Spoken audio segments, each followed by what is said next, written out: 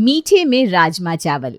ये कहानी शुरू होती है श्वेता के ससुराल से, जहां आज अपनी पहली रसोई की तैयारी करने के पहले वो चूल्हे की पूजा कर रही थी। तभी उसका फोन बजता है। सारी तैयारी हो गई बेटा? याद है ना, आज तेरी पहली रसोई है। आज तेरे हाथ का बना खाना ही सभी के सामने तेरी इमेज बनाएगा। ध्यान रखना श्वेता, ज़रा भी कुछ 19-20 ना हो, नहीं तो पूरी ज़िंदगी तेरे ससुराल वाले इसी बात पर तुझे ताना देते रहेंगे, भले ही उसके बाद तू कितना ही अच्छा काम क्यों ना कर ले। कल से तीसरी बार आपने कॉल कर दिया मम्मी। आप फिक्र मत कीजिए, मैं ऐसा खाना बनाऊंगी कि सभी के सभी मेरे हाथ के खाने की दीवानी हो जाएंगे। देख लेना मम्मी। अच्छा तो बनाना बेटा, पर ज़्यादा मत बनाना। पता चला कि ये लोग हर रोज़ मेहमानों को बुला बुला कर बैठाने लगी और तुझे सबका खाना बनाना पड़ गया। समझ गई मम्मी, अच्छा खाना बनाना है पर कम क्वांटिटी में, जिससे सबका दिल भी जीत लूँ और किचन के खाने का प्रेशर भी मुझ पर ना आए। और मैगज़ीन में पढ़ पढ़ कर श्वेता सभी के लिए खाना बनाती है। मेरे ट्राइड एंड टेस्टेड राजमा चावल, इसे खाकर अगर प्रेम जी के घर वाले मेरे हाथ चुमने पर मजबूर ना हो गए तो मेरा नाम भी श्वेता नहीं। श्वेता बाहर जाकर सभी के लिए खाना परोसती है और एक तरफ खड़ी हो जाती है। पता नहीं कैसा खाना बनाया है भाभी। आज 2 साल में पहली बार कोई मुझे खाना परोस रहा है। जैसा भी होगा मेरे लिए तो बहुत अच्छा होगा, तो घबरा मत। पर जैसे ही सभी एक एक करके राजमा चावल खाना शुरू करते हैं, सभी का मुंह बनता जाता है। ये तूने क्या बनाया है बहू? और भी है क्या? ओहो, आपको और खाना था मम्मी जी? मैंने तो इतना ही बनाया है। वो क्या है ना, मैंने कभी मायके में काम नहीं किया तो मुझे आदत नहीं है। ऊपर से मम्मी कहती है इतना ही तो थाली में कि व्यर्थ ना जाए नाली में। तो बचने की टेंशन ही ना रहे, इसलिए मैंने अपने हिसाब से कम ही बनाया।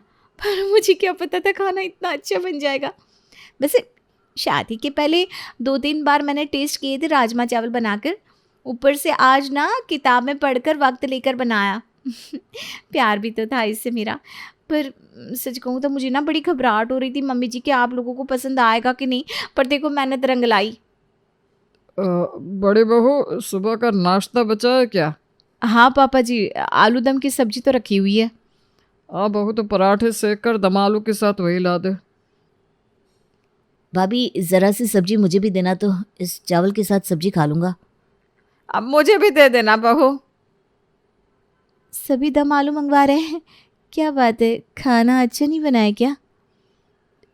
वो बात नहीं है श्वेता, वो क्या है ना, रिया ने इतना अच्छा खाना बना बना कर हम सभी के टेस्ट का स्टैंडर्ड बहुत हाई कर रखा है कि उसे बीट कर पाना इस राजमा चावल के लिए ज़रा मुश्किल हो रहा है। इसे ज़रा नहीं कहते भैया, बहुत अंतर है भाभी के खाने में और श्वेता के बने खाने में। और यहाँ श्वेता का सारा प्लान फेल हो जाता है। कहाँ काम से बचना पड़े इसलिए उसने खाना कम बनाया था, पर यहाँ तो उसका बनाया हुआ सारा का सारा खाना वैसा का वैसा ही बच जाता है। बहू, खाना झूठा नहीं हुआ है, तू इसे रसोई में ले जा और मन छोटा मत करना। अपनी जेठानी से सीख लेना धीरे धीरे खाना बनाना है। और इसी तरह अपने बनाए खराब खाने के लिए ताना सुनते सुनते श्वेता के अपने ससुराल में 15 दिन बीत जाते हैं और एक सुबह सुमन की सहेलियां उससे मिलने आती हैं। अब तू ये नहीं कह सकती वृंदा कि तुम मुझसे मिलने आई हो। ये कह कि तू ये देखने आई है कि मैं तेरी बेटी को ना करने के बाद मैं अपने प्रेम के लिए कैसी लड़की लेकर आई हूँ, है ना? झूठ तो नहीं बोलूँगी सुमन, मैं तो यहाँ तेरी बड़ी बहू के हाथ का खाना खाने आई हूँ। अरे तू इतनी बड़ी होने के बाद भी मेरी बहू के हाथ का खाना खाने आई है? वो कहते हैं ना सुमन, पेट के आगे सब कुछ माफ़ करना पड़ता है। नमस्ते आंटी जी, जैसे आपने जेठानी जी के हाथ का खाना खाया और उससे पसंद किया, तो वैसा ही मौका मुझे भी देकर देखिए। हो सकता है अगली बार आप मेरे हाथ का बना खाना खाने आए। और इन 15 दिन में खाने को लेकर ताने सुनने के बाद अब श्वेता खाने का ट्रायल अपनी सास की सहेली पर करती है और खाना बनाकर बाहर उनके सामने परोसती है, जिसे खाती ही वृंदा कहती है, तुझे अगर मुझे जाने को कहना था तो मुंह पर कह देती सुमन। इस तरह ऐसा खाना बनवा कर परोसने की क्या ज़रूरत थी? जा रही हूँ मैं। मेरी बेटे को मना किया था ना तूने, क्योंकि इसी बहू के हाथ का खाना तेरे नसीब में था। अपने खाने की इतनी बेइज्जती सुनने के बाद श्वेता अपने कमरे में जाकर चुपचाप बैठ जाती है। हद होती है किसी चीज़ की। जिस दिन से आई हूँ सब बस मेरे बनाए खाने की बेइज्जती करते जा रहे हैं और खाना बनाने के बदले घर की बाकी सारी ड्यूटी मुझ पर थोप दी गई है। झाड़ू पोछा बर्तन कपड़े कम होते क्या? उससे अच्छा मैं एक बार में खाना ही बना लेती। तभी श्वेता को हॉल से अपने ससुर की आवाज़ सुनाई देती है। अब तो हमारे स्नेहा के पराये होने का वक्त आ गया सुमन जी।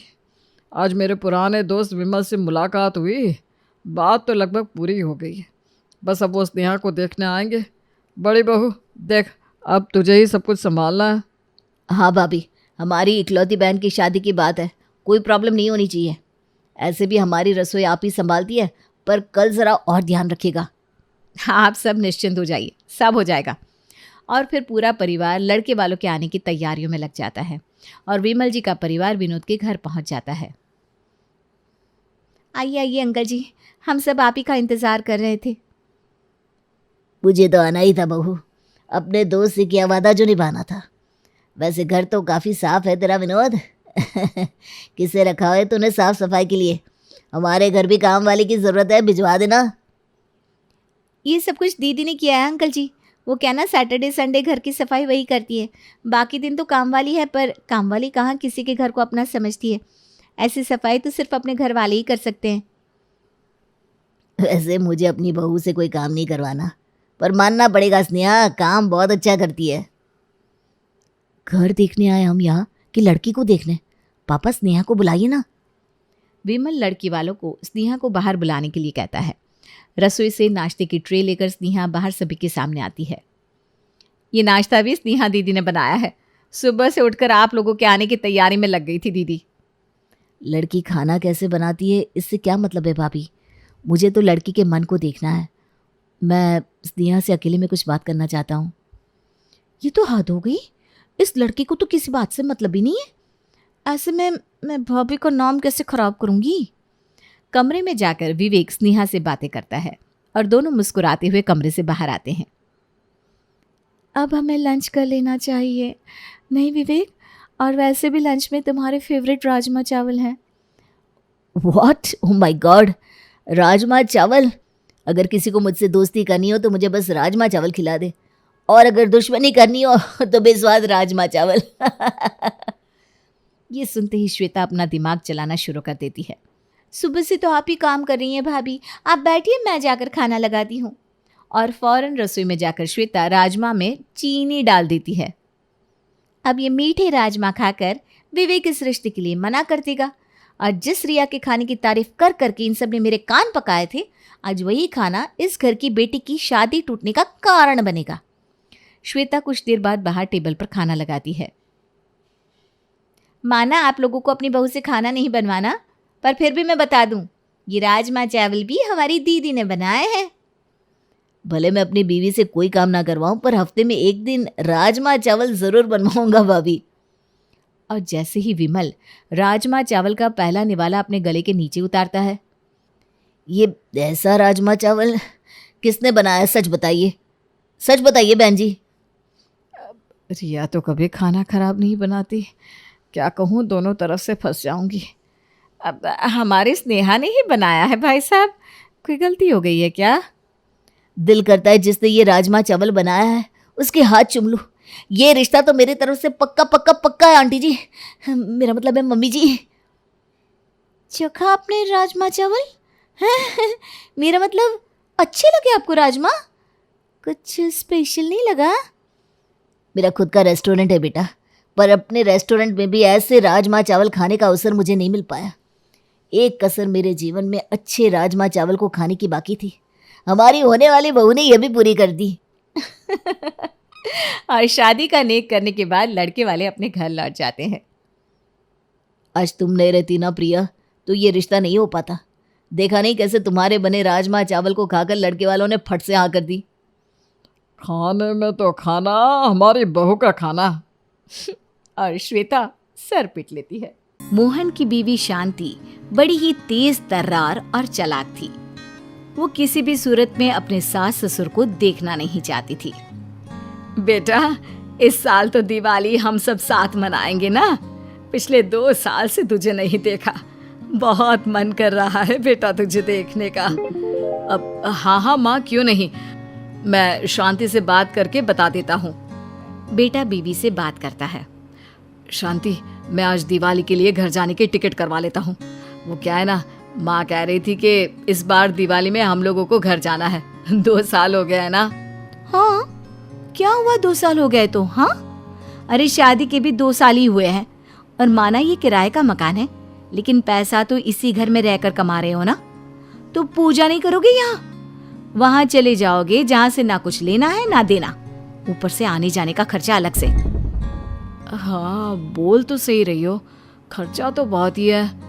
खैर छोड़ो, मैं मना कर देता हूँ। थोड़े दिन बाद पिता का फोन बेटे के पास आता है। बेटा, इस बार स्कूल से जो पैसा मिला था सैलरी, वो माँ की दवाई में खर्चा हो गया। माँ की आँख का ऑपरेशन हुआ है तो कुछ पैसे और भेज देता। ठीक है पापा, मैं कल भेजता हूँ। शांति, पापा को पैसे भेजने हैं, किस वाले बैंक से भेजूं? वो क्या है ना, माँ के ऑपरेशन में पापा की सारी सैलरी लग गई है, तो थोड़े पैसे मांग रहा है। वाह जी वाह, तुम भी ना सही हो, पैसे मांगे और तुम डाल भी रहे हो। अरे बोलो कि पैसे नहीं है।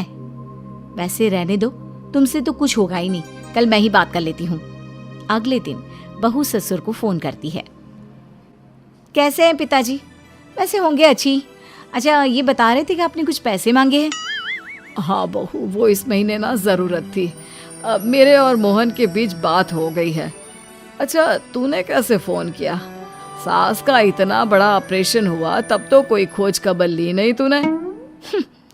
बस पिताजी, आपकी यही कमी है कि आप बात कम और ताने ज्यादा देते हैं। और ये क्या, आपके बेटे और आपके बीच की बात है? अरे आप तो जानते हैं कि शहर में खर्चा कितनी मुश्किल से निकलता है, कहाँ से लाएंगे ये आपके लिए पैसा? और पता था कि इस महीने ऑपरेशन है, तो थोड़ा थोड़ा पहले से नहीं बचाना चाहिए था क्या? देख बहू, ज्यादा बोलने की जरूरत नहीं है।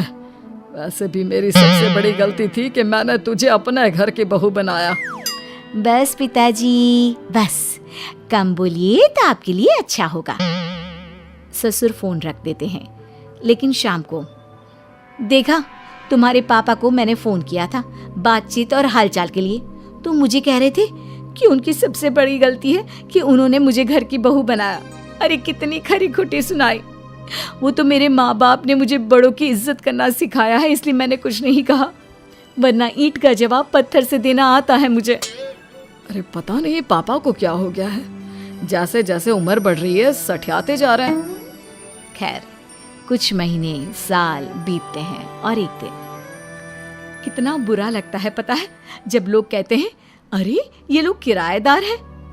मोहन, क्यों नहीं हम लोग अपना घर ले लें? अब तुमसे क्या छुपा है शांति, सब तो तुम्हारे सामने ही है। तुम्हारे पिताजी तो रिटायर हो रहे हैं ना, पैसे मिलेंगे उन्हें पीएफ के और रिटायरमेंट के, और गांव वाला घर भी है। अरे उसे बेच देते ना। और माँ पापा, वो कहाँ जाएंगे? अरे कहाँ जाएंगे, क्या यहीं आएंगे, सब साथ रहते हैं। अब कब तक अकेले रहेंगे? बुढ़ापा हमारे साथ में ही काटे ना। बात तो सही है, मैं पापा से बात करता हूँ। मोहन पिता को फोन करता है। किसी भी हालत में मैं ये मकान नहीं बेचूंगा और ना ही एक भी पैसा दूंगा, और तुम्हारे पास आकर रहने का तो सवाल ही नहीं। तुम लोगों का कोई भरोसा नहीं है। मोहन शांति को सारी बात बताता है। और क्या कह रहे थे वो? वही कि मकान तो उनके मरने के बाद ही बिकेगा और वो तुम्हारे साथ नहीं रह सकते। और वो तो अभी मरने से रहे। खैर चलो, मैं ही बात करती हूँ। मैं तो कहती हूँ मुन्ने का जन्मदिन है, अगले महीने वहीं चलते हैं, वहीं मनाते हैं बच्चे का बर्थडे दादा दादी के पास। मोहन, शांति और उनका बेटा मुन्ना तीनों गांव जाते हैं। सासू माँ, ससुर जी, आपकी पोते का जन्मदिन है, आशीर्वाद दीजिए। देखिए, हम लोगों ने जो भूल की है, इसकी सजा इस मासूम को ना दे। हाँ दादा दादी, मैं आप लोगों को बहुत मिस करता हूँ। चलिए ना मेरे साथ वहाँ। सबके दादा दादी साथ में रहते हैं और पार्क में भी आते हैं। आप भी चलिए ना प्लीज। सास ससुर का मन पसीज जाता है और वो लोग बच्चों के साथ शहर चले जाते हैं। शहर जाकर, हम थोड़े दिनों में वापस चले जाएंगे। अरे कैसी बात कर रहे हैं पिताजी? इसका मतलब आपने अभी तक मुझे माफ नहीं किया। हाँ देखिए ना, यहाँ कितना अच्छा लगता है। बहू गर्मा गर्म खाना देती है, मुन्ना सारा दिन मेरे साथ खेलता है और शाम को सोसाइटी में वॉक। थोड़े दिन रुक जाते हैं ना। शाम को बेटा कहता है। चलो जल्दी सब तैयार हो जाओ, हम लोग मंदिर चलते हैं। सभी तैयार होकर जैसे ही कार के पास आते हैं, पिताजी आपकी आगे की सीट है, आप आगे बैठिए। रुकिए, मैं दरवाजा खोल देती हूँ। पिताजी को अब शांति पर विश्वास होने लगता है। एक रोज अब घर घर लगता है। माँ पापा, लग ही नहीं रहा कि मैं कभी बाहर गया भी था। माँ पिता घर की रौनक है। हाँ, लेकिन घर अपना होता तो। कोई बात नहीं बेटा, तुम लोगों ने हमें खुश कर दिया। मैंने फैसला कर दिया है कि मैं सारा पैसा और गांव का घर बेचकर यहाँ घर ले लूँगा। बस शांति को तो मन मांगी मुराद मिल गई। ससुर से सारा पैसा लेकर वो लोग घर बना लेते हैं। और फिर एक दिन, बहू आज खाना नहीं बना क्या? भूख लग रही है। शांति कुछ नहीं कहती। अरे शांति, सुन रही हो? भूख लगी है। शांति सास पर जोर से चिल्ला देती है। भूख लगी है तो खा लो बनाकर। अब क्या नौकरानी पाली है जो किसी भी वक्त बनाकर खिलाए? अपनी भी जिंदगी होती है। सास को शांति की बात पर झटका लगता है। अब शांति और मोहन कहीं घूमने भी जाते तो माँ बाप को लेकर नहीं जाते। बेटा काफी दिन हो गए घर पर रह रहकर ऊब हो रही है। अरे तो क्या कर सकते हैं, बाहर कितनी गर्मी है, घर पर ही रहने में भलाई है पिताजी। एक दिन शांति ससुर जी के कमरे का एसी बंद कर देती है। फ्री की बिजली नहीं है जो सारा दिन एसी चलता रहे। अरे लेकिन बहू, गर्मी कितनी है, तुम्हारे कमरे का एसी भी तो चल रहा है। वाह जी वाह, बस इसी में रह जाना। मेरे कमरे में छोटा बच्चा है। अरे तो उसे हमारे कमरे में भेज दो ना। नहीं, मैं आप लोगों के पास नहीं आऊँगा, मैं मम्मी के पास रहूँगा। आप लोग गंदे हैं। अब ससुर को याद आता है कि कैसे कैसे करके बेटे और बहू ने उन लोगों से पैसे लेने के लिए अच्छा व्यवहार करने का नाटक किया था। लेकिन कहते हैं ना, अब पछताए होत क्या जब बहू चिड़िया चुग गई खेत। अब एहसास होता है कि हर किसी को अपने बुढ़ापे का सोच कर रखना चाहिए।